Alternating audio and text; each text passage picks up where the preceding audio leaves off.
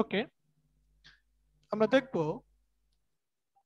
Order 7 এর CPC rule 10। Rule 10 বিধি 10। এই বিধি 10-এর সাথে মিল রেখে লিমিটেশন অ্যাক্টের সেকশন 14, সেকশন 14। তো টপিক হচ্ছে রিটার্ন অফ প্লেন্ট, এবং এই রিটার্ন অফ প্লেন্টের সাথে সময়ের ব্যাপার। এবং রিটার্ন অফ প্লেন্টটা আদালতের জুরিসডিকশনের উপর নির্ভর করে। আদালতের যদি জুরিসডিকশন না থাকে, আদালতের যদি জুরিসডিকশন না থাকে, না থাকার কারণে আদালত কি করে, মামলাটা ফেরত দিয়ে দেয়। ধরেন আমাদের civil courts act, the civil courts act 1887, একটু লিখি, সিভিল কোর্টস অ্যাক্ট 1887 অ্যামেন্ডমেন্ট, সংশোধন 2020। এখানে বলা হয়েছে যে আপ টু 15 লাখ, মানে এই সিভিল কোর্টস অ্যাক্টে আমাদের সিভিল নেচার অফ যে কোর্টগুলো আছে এবং কয় শ্রেণীর কোর্ট আছে এটাও কিন্তু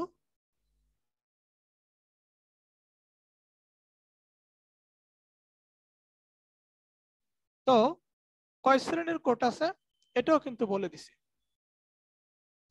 এটাও কিন্তু বলে দিছে যে আমাদের সিভিলে 5 ধরনের কোর্ট আছে। 5 ধরনের কোর্ট: অ্যাসিস্ট্যান্ট জাজ, সিনিয়র অ্যাসিস্ট্যান্ট জাজ, জয়েন্ট ডিস্ট্রিক্ট জাজ, তারপর হচ্ছে অ্যাডিশনাল ডিস্ট্রিক্ট জাজ, আর হচ্ছে ডিস্ট্রিক্ট জাজ।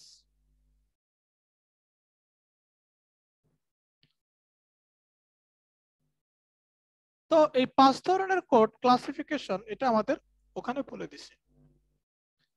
এবং 18, 19, 20, 21 এই ধারাগুলো দেখলে দ্য সিভিল কোর্টস অ্যাক্টের 1887 সেখানে আমরা দেখব যে বলে দিছে কোন কোর্ট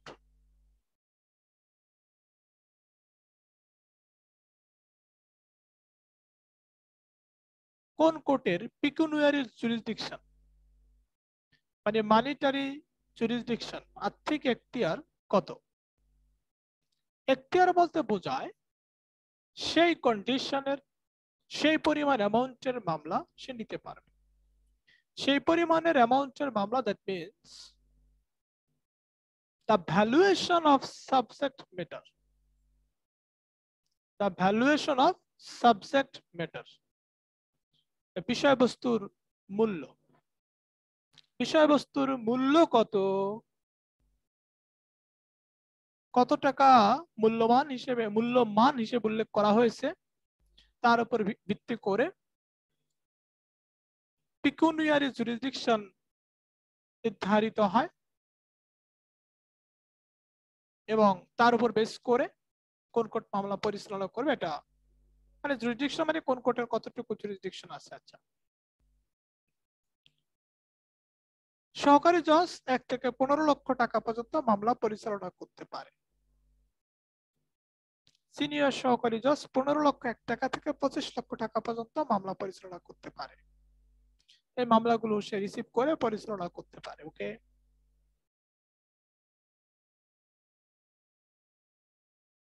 12 লক্ষ, একটা প্রপার্টির মূল্য হচ্ছে 12 লক্ষ টাকা।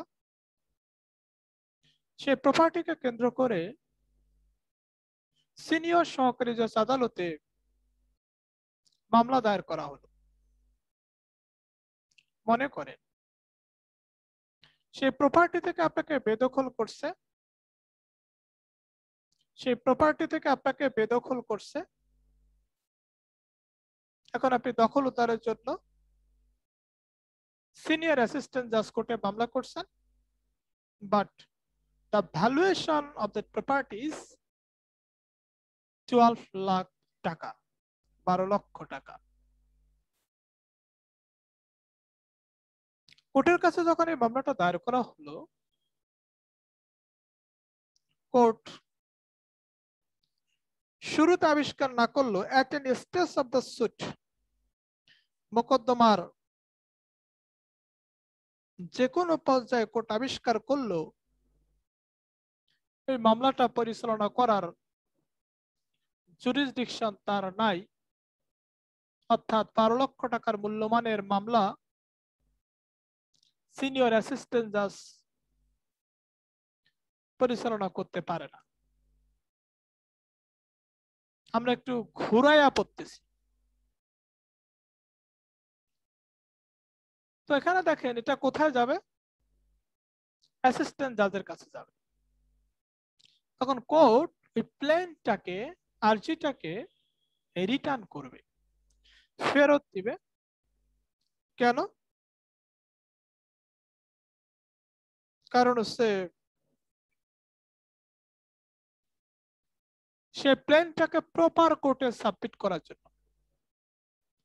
বাট আপনার জন্য প্রপার কোর্ট কোনটা, আপনার জন্য সুইটেবল কোর্ট কোনটা, উপযুক্ত আদালত কোনটা, সেটা কিন্তু কোর্ট বলে দিবে না। কারণ বলে দিবে কেন, আপনার উকিল আছে না, আপনি তো আইনি পরামর্শ কারো না কারো কাছ থেকে নিতেছেন। তো কোর্ট বলবে আপনি এটা প্রপার কোর্টে সাবমিট করেন এবং এটা রিজন কি ছিল সেটা উল্লেখ করে দিবে। আচ্ছা, তো আমাদের প্রশ্ন হচ্ছে রিটার্ন অফ প্ল্যান্ট, 1 নম্বর প্রশ্ন, what are the differences between a return of plant and a rejection of plant? Return of plant in case of having no jurisdiction of the court, যখন হচ্ছে কোর্টের জুরিসডিকশন থাকবে না, তখন সেই কোর্টে যদি একটা প্ল্যান সাবমিট করা হয়, জুরিসডিকশন না থাকার কারণে প্ল্যানটি উক্ত কোর্ট রিটার্ন করবে, ফেরত পাঠাবে, রিটার্ন করবে, ফেরত পাঠাবে। ওকে,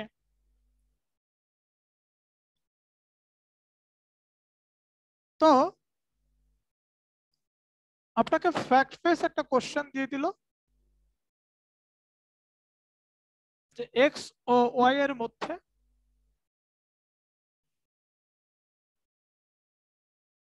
জমি সংক্রান্ত বিষয়ে দ্বন্দ্বের সৃষ্টি হয় এভাবে যে এক্স ওয়াই কে ওয়াই এর জমি থেকে বেদখল করে, সেই জমিটির মূল্যমান 18 লক্ষ টাকা। দখল উদ্ধারের জন্য এক্স সহকারী জজ আদালতে প্লেন্ট প্রেজেন্টেশন করে, আরজি দাখিল করে।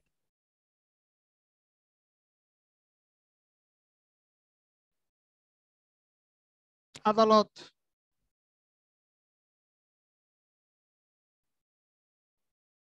Justify the court, justify the court, justify বাংলাটা কি আমি ঠিক জানি না, মানে আদালতকে মূল্যায়ন করুন বা আদালত এখানে কি করবে বিষয়টা এরকম, জাস্টিফাই দ্য কোর্ট বা হোয়াটস ইউর অপিনিয়ন রিগার্ডিং ইট, আপনার মতামত কি, বা হোয়াট ইজ দ্য রেজাল্ট, মানে ফলাফল কি, ইফেক্টটা কি, ইফেক্ট প্রভাবটা কি, কি হতে পারে, পরিণতি কি, কনসিকুয়েন্স কি, কনসিকুয়েন্স কি। দাদা প্রবলেমটা আরেকবার বলতে হবে, লিখতে পারি নাই। এক্স ও ওয়াই এর মধ্যে জমি সংক্রান্ত বিষয়ে এক্স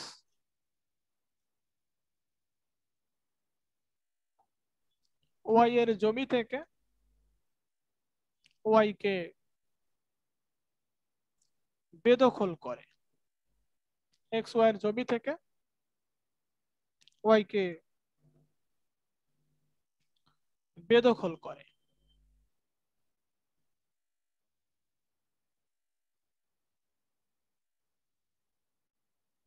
উক্ত জমিটির ভ্যালুয়েশন মূল্য 18 লক্ষ টাকা। ওয়াই জমির দখল উদ্ধারের জন্য ওয়াই জমির দখল উদ্ধারের জন্য ওয়াই জমির দখল উদ্ধারের জন্য আদালতে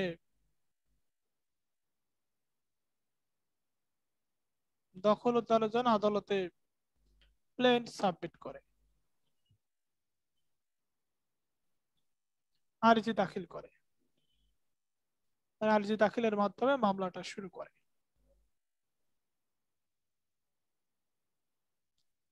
what is the consequences of that suit? এই মামলার পরিণতি কি?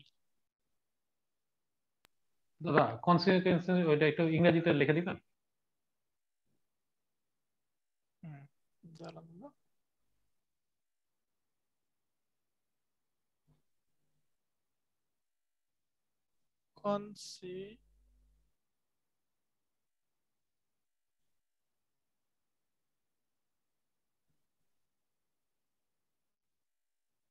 কনসিকুয়েন্সেস কি বা ফলাফল কি, ইফেক্টটা কি, অথবা জাস্টিফাই দ্য কোর্ট,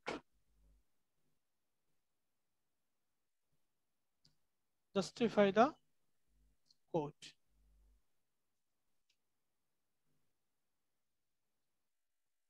উত্তরটা হচ্ছে, এবার আমরা উত্তরে যাব।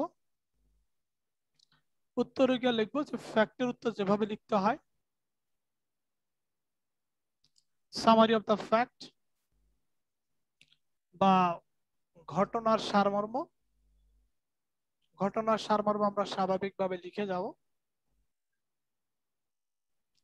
2 নাম্বার পয়েন্ট হচ্ছে ইস্যুস অফ দ্য ফ্যাক্ট,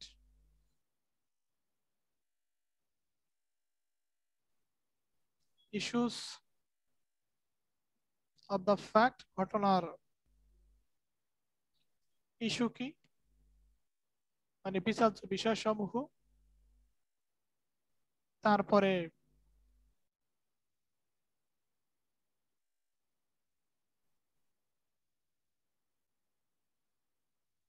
সিদ্ধান্ত, এবং এই সিদ্ধান্ত কেন নেওয়া হলো তার কারণ, সিদ্ধান্ত কেন নেওয়া হলো তার কারণ। তো এখানে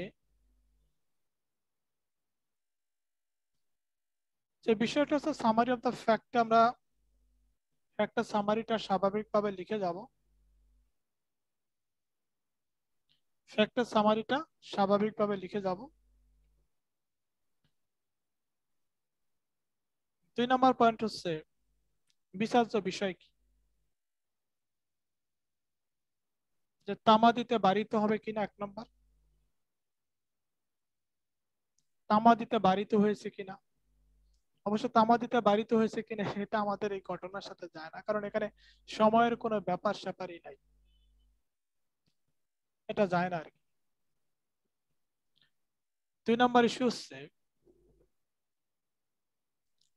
আদালত উক্ত মামলাটি পরিচালনা করবে কিনা, আদালত উক্ত মামলাটি পরিচালনা করবে কিনা। 3 নাম্বার ইস্যু, আদালতে উক্ত মামলাটি রক্ষণীয় হবে কিনা। আদালতে বাদীর পক্ষে বা বিবাদীর বিপক্ষে উক্ত মামলাটি রক্ষণীয় হবে কিনা। 4 নম্বর ইস্যু, উক্ত মামলাটি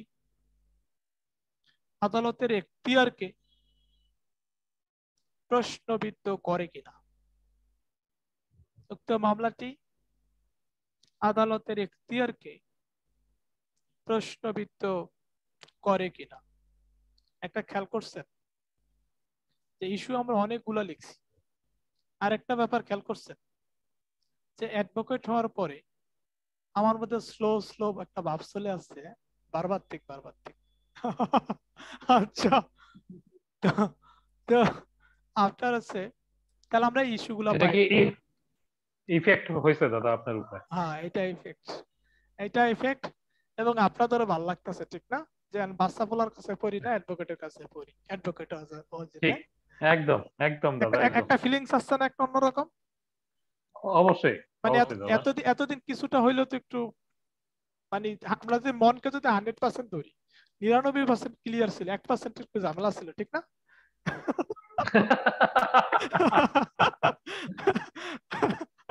ঠিক কিনা? আর দাদা, দাদা জজ হলে তো খুঁজেই পাওয়া যাবে না দাদা।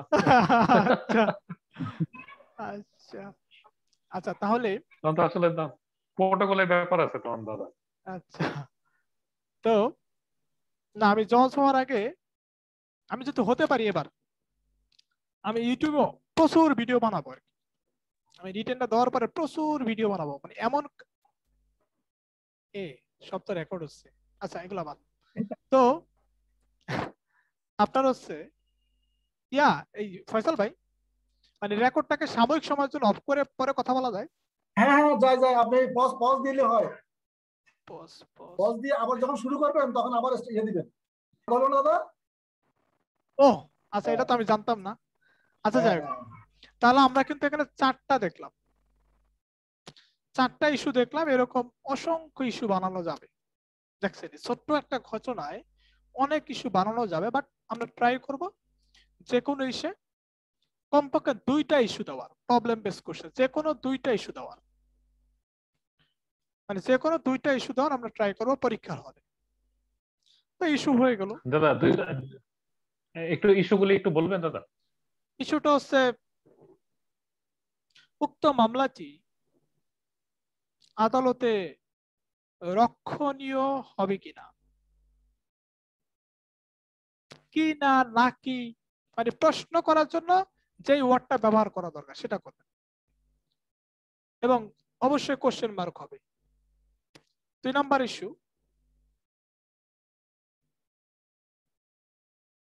উক্ত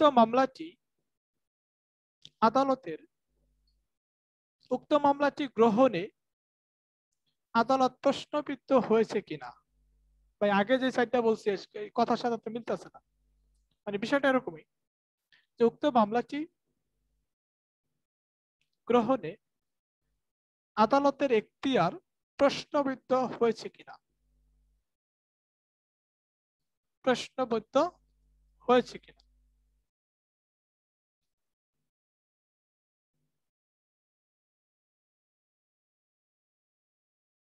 তো এই ধরনের ইস্যু। এবার আমরা আসি সিদ্ধান্তে। সিদ্ধান্ত দেখেন, আমাদের কিন্তু 1 পেজের মধ্যে প্রশ্ন উত্তর হয়ে যাচ্ছে, কারণ পরীক্ষক আমার আপনার উত্তর খুঁজে আপনাকে নাম্বার দিবে, পরীক্ষকের ঠেকা পড়ে নাই, ঠিক না? পরীক্ষকের ঠেকা পড়ে নাই। তো পরীক্ষক মানে গ্লিমস অফ আই, আপনার একবারে খাতায় চোখ বুলানোর সাথে সাথে যেন তার চোখে পড়ে যায় যে সিদ্ধান্তটা কি, বা গোছানো একটা ভাব যেন থাকে বা পায়। তো সিদ্ধান্ত হচ্ছে, উক্ত মামলাটি আদালত, না, উক্ত আর্জিটি আদালত ফেরত পাঠাবে। আদালত যথাযথ আদালতে দাখিলের জন্য ফেরত পাঠাবে। আর্জিটি যথাযথ আদালতে দাখিলের জন্য ফেরত পাঠাবে। এবার আসে সিদ্ধান্তের কারণ। আমরা কিন্তু ফুল একটা ডেমো পড়তেছি। সিদ্ধান্তের কারণ বা decision of the suit, decision of the fact, decision of the suit. সিদ্ধান্তের কারণ, সিদ্ধান্তের কারণ।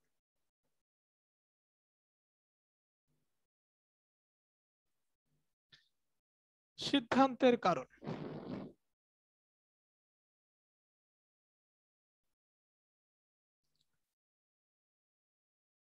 1908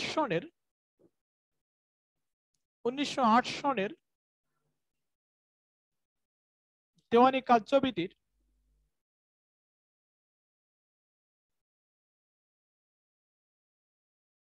7 আদেশের 10 বিধিতে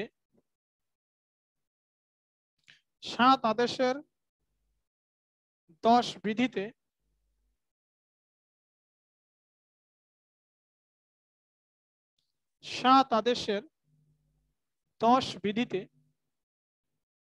বলা হয়েছে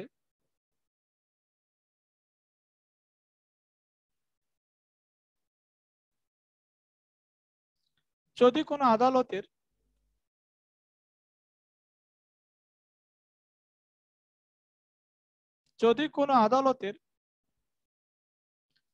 মামলা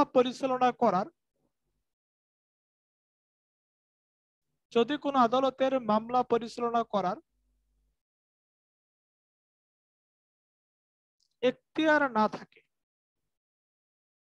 অর্থাৎ আদালতে আর্জি উপস্থাপনের পর আদালতে আর্জি উপস্থাপিত হলে আদালত যদি দেখতে পায় উক্ত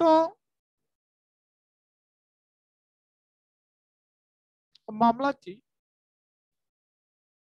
পরিচালনা করার এখতিয়ার নাই, তাহলে আদালত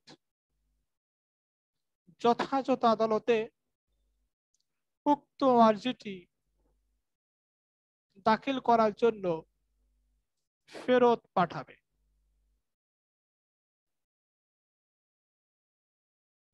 উপরোক্ত ঘটনায় আমরা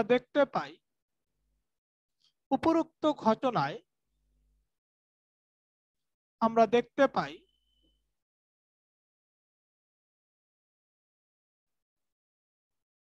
মামলাটির মূল্যমান মামলাটির বিষয়বস্তুর মূল্যমান 18 লক্ষ টাকা। 1887 সনের দ্য সিভিল কোর্টস অ্যাক্ট অনুসারে 1887 সনের দ্য সিভিল কোর্টস অ্যাক্ট অনুসারে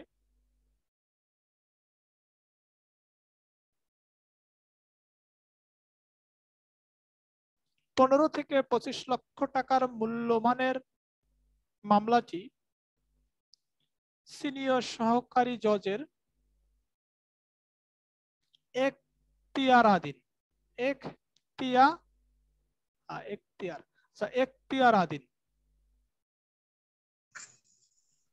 18 লক্ষ দাদা একটু 15 থেকে সিভিল কোড অ্যাক্ট এর পরে একটু দাদা। 1887 সনে দ্য সিভিল কোর্টস অ্যাক্ট অনুসারে 15 থেকে 25 লক্ষ টাকার মূল্যমানের মামলাটি, মূল্যমান হবে, মান না, মূল্যমান 15 থেকে 25 লক্ষ টাকার মূল্যমানের মামলাটি সিনিয়র সহকারী জজের এখতিয়ারাধীন বা সিনিয়র সহকারী জজ পরিচালনা করতে পারে।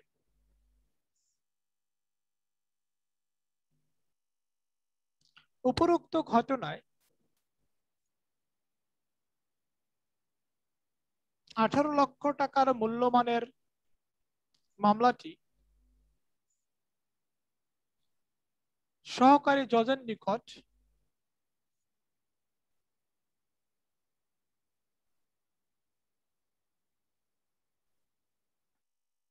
আর্জি উপস্থাপনের মাধ্যমে শুরু হয়, যা 1887 সনের দ্য সিভিল কোর্টস অ্যাক্ট অনুসারে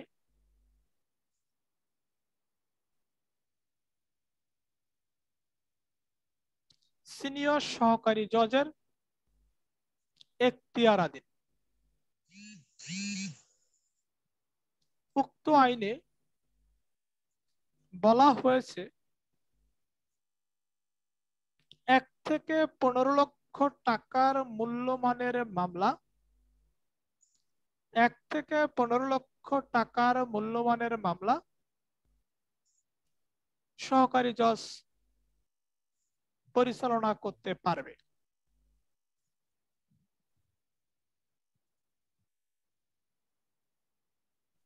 যেহেতু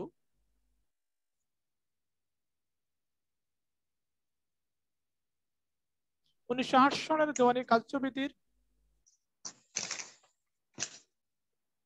7 আদেশের 10 বিধিতে বলা হয়েছে, যদি কোনো আদালতের মামলা পরিচালনা করার এখতিয়ার না থাকে তাহলে উক্ত আদালত মামলাটি ফেরত পাঠাবে। তাই আমরা বলতে পারি উপরোক্ত মামলাটি আদালত যথাযথ আদালতে ফেরত পাঠাবে।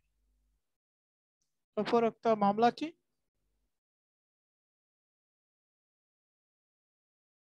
আদালত যথাযথ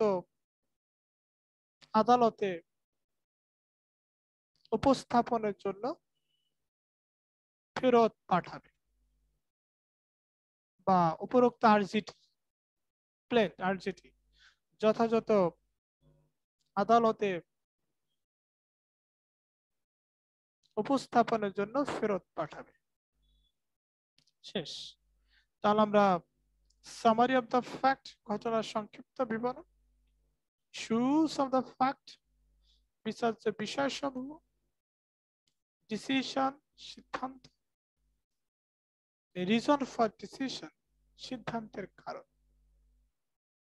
তাহলে এই 4টা প্রেক্ষাপট এবং অথবা 5 নম্বর পয়েন্টে পরিশেষে আমরা বলতে পারি আদালত উক্ত আর্জিটি যথাযথ আদালতে ফেরত পাঠাবে, অথবা পরিশেষে আমরা বলতে পারি আদালত 7 আদেশের 10 বিধি অনুসারে উক্ত আর্জিটি যথাযথ আদালতে উপস্থাপন করার জন্য ফেরত পাঠাবে। মানে আমরা কি এটা বুঝছি কিনা যে একটা প্রশ্নকে কত সহজে আনসার করা যায়, এবং আমরা একটা প্রশ্নের আলোকে ফুল দেখলাম। প্রত্যেকটা প্রবলেম কোশ্চেন আমরা এভাবে আনসার করব। রিটার্ন অফ লেন্থ, তো রিটার্ন অফ লেন্থ থেকে যদি কোশ্চেন আসে এভাবেই আসার একটা সম্ভাবনা থাকবে। আচ্ছা, আমরা র্যান্ডমলি একটা টপিক আলোচনা করি।